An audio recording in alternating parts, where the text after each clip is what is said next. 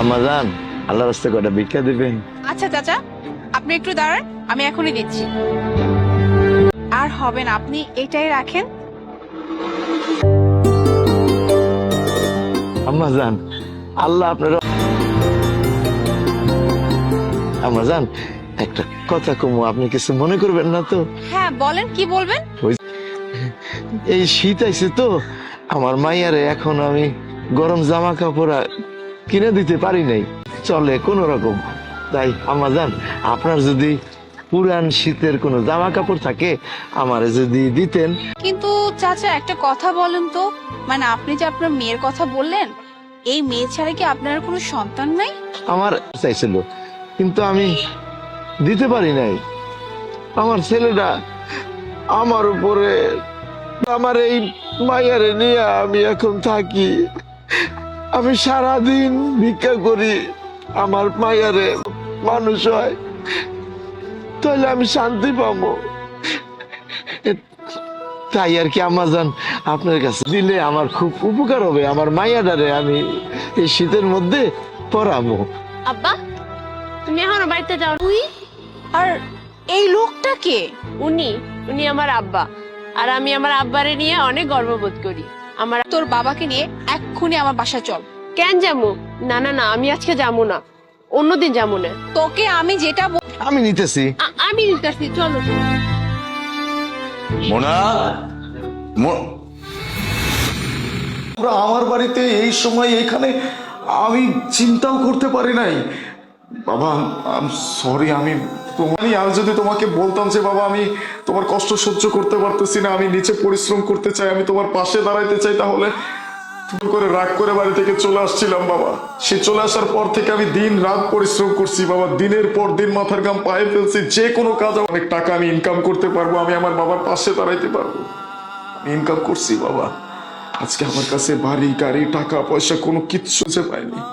আমি গ্রামের প্রত্যেকটা জায়গায় তোমাদেরকে খুঁজছি, যাকেই জিজ্ঞেস করছি সেই আমাকে একটা কথাই বলছে যে তোর বাবা যে কোথায় চলে গেছে আমরা কিচ্ছু।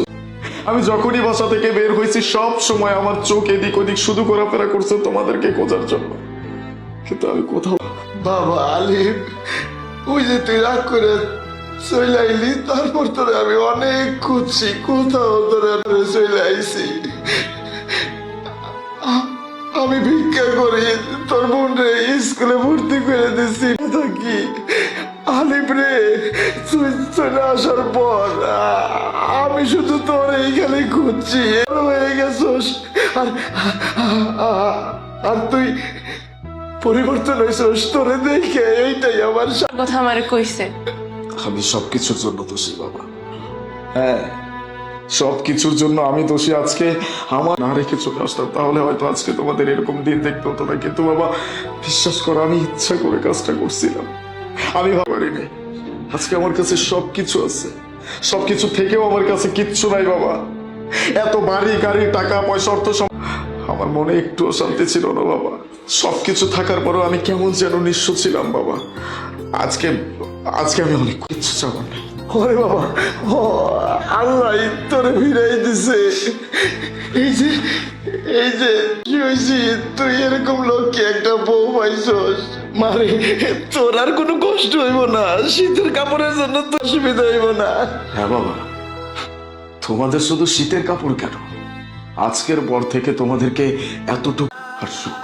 আজকের পর থেকে আমার সংসার আর কখনো কোনো কিচ্ছুর জন্য অশান্তি হবে না, কারো মনে কোনো রকম কষ্ট থাকবে না। আর কাজ করছিলাম যার কারণে আমি তোমার মতো একজন মানুষকে পাইছি, আমার আর কোনো কষ্ট নেই না। আজকে আজকে আমি অনেক হ্যাপি, অনেক খুশি, কারণ আমিও বাবাকে ফিরে পেয়েছি। কারণ আমার নিজের তো বাবা নেই, তাই আজকে থেকে আপনি আমার বাবা। থাকবো, অনেক হাসি খুশি দিন কাটাবো আমরা সবাই মিলে একসাথে। আচ্ছা তুমি এক কাজ করো, ওদেরকে ভিতরে নিয়ে যাও, দেখো না কি অবস্থা।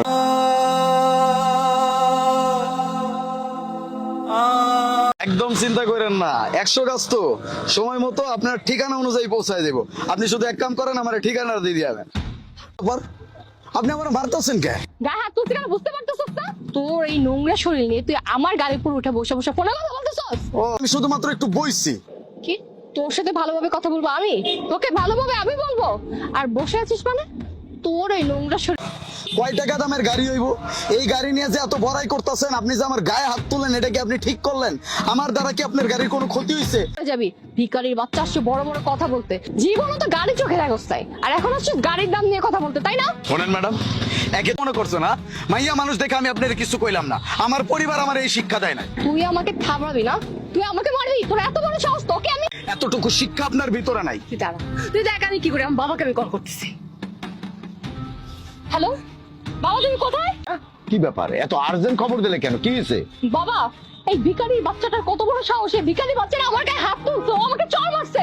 গায়ে হাত তুলেছিস? তুই জানিস আমি কে?